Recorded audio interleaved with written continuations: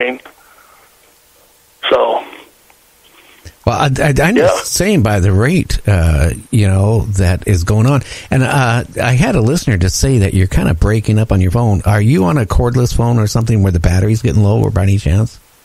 Well, I'm on a cordless phone.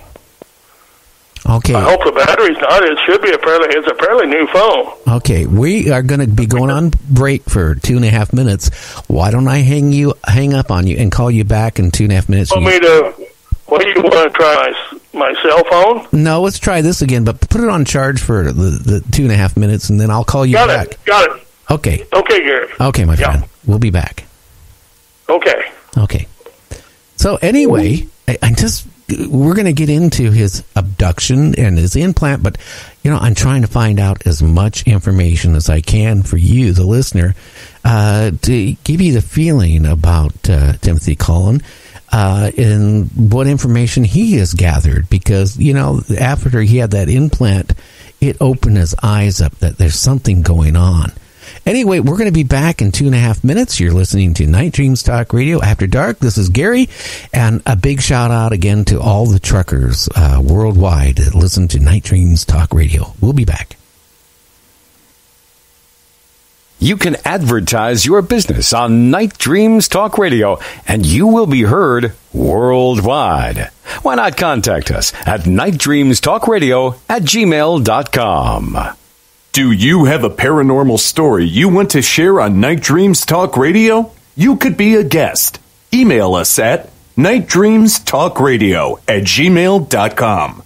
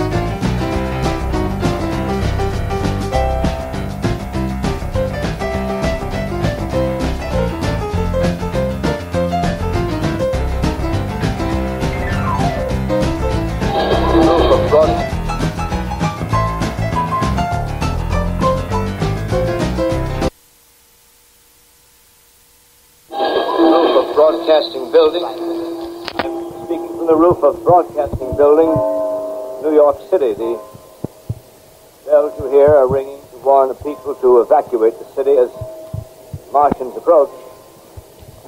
Estimated in the last 2 hours, 3 million people have moved out along the roads to the north. Hutchison River Parkway is still kept open for motor traffic. Floyd bridges to Long Island, hopelessly jammed. All communication with Jersey Shore closed 10 minutes ago. You're listening to my friend Gary Anderson on Night Dreams Talk Radio, the best in paranormal radio. Well, James, James, I hope you're still out there. And John, yes, I try to be, but I can't guarantee I am. But what can I say? We're only a talk show host doing a show. We're going to Well, are you there, James, by the way? Oh, yeah. Yeah, I'm here. I just listened. I didn't want to overtalk you. Okay, I just wanted to make sure. Let's call him back and get Timothy Cullen back on.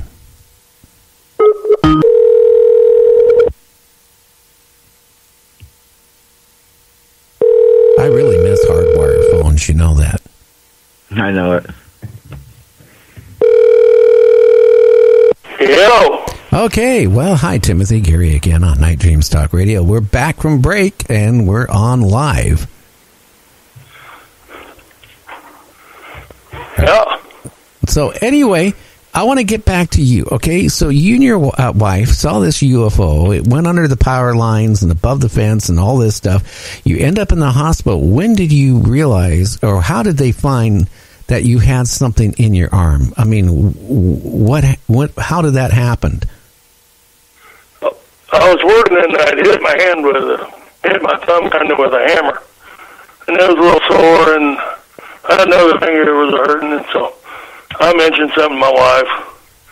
She's a nurse, so she told me, go see a doctor. Maybe I'm getting arthritis or something.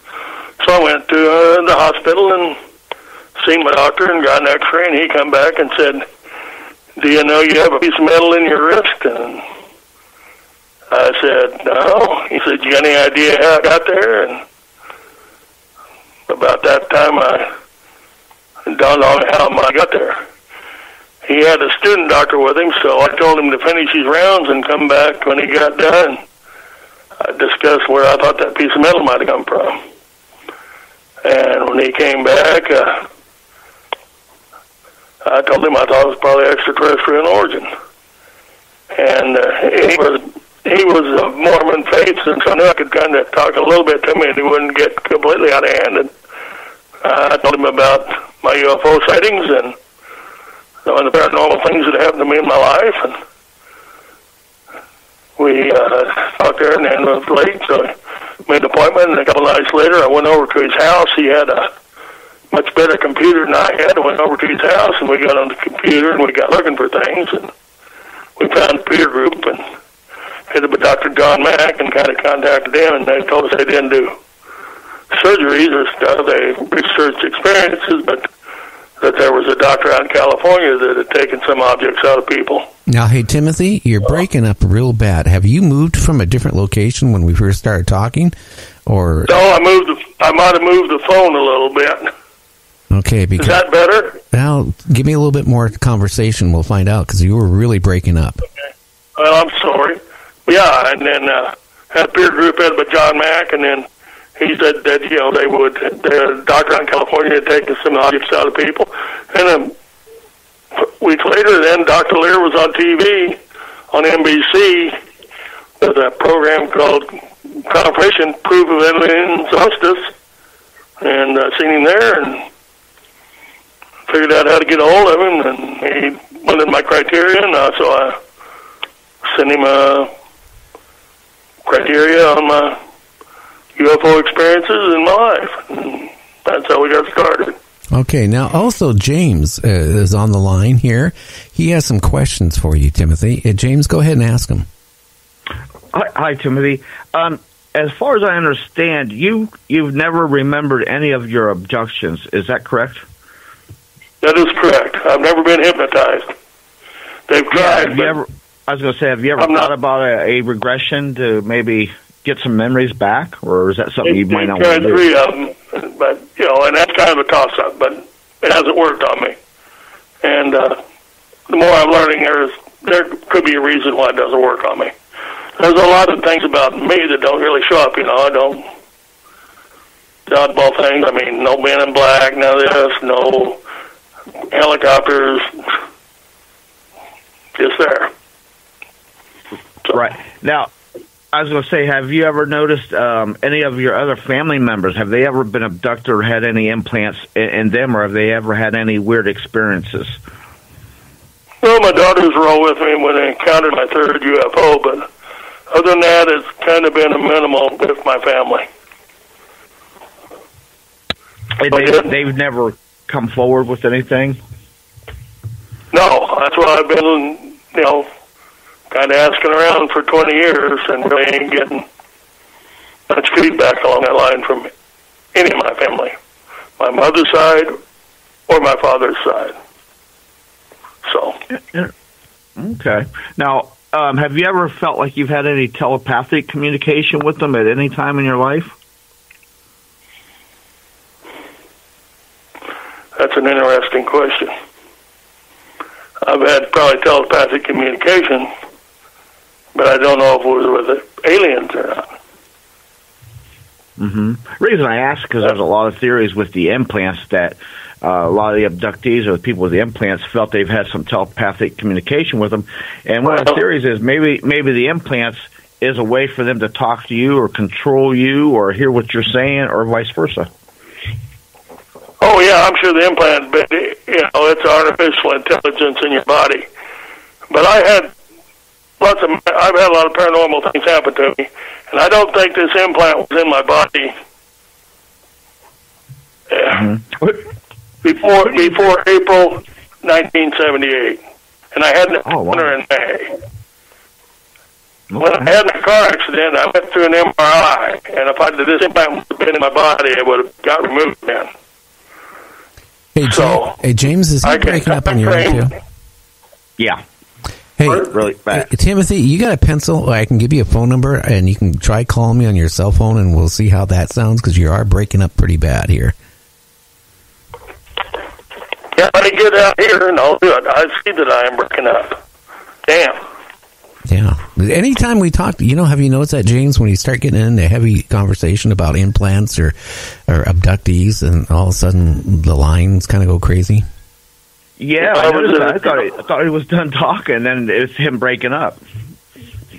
Okay, give me your number, Gary. Okay, it's 1-253 203 6695. 6695. Yes, sir. I'm on it. Okay. We'll be waiting for your call. But that makes me wonder, too, after he had his, James, after he had his implant removed, I think he said afterwards he and his wife were going back in town and saw a UFO again. And I asked him, I said, did you maybe get another implant? Did you check? And he goes, no, I never checked to see if I had another implant. But I find it so coincidental they removed the implant, then he sees another UFO.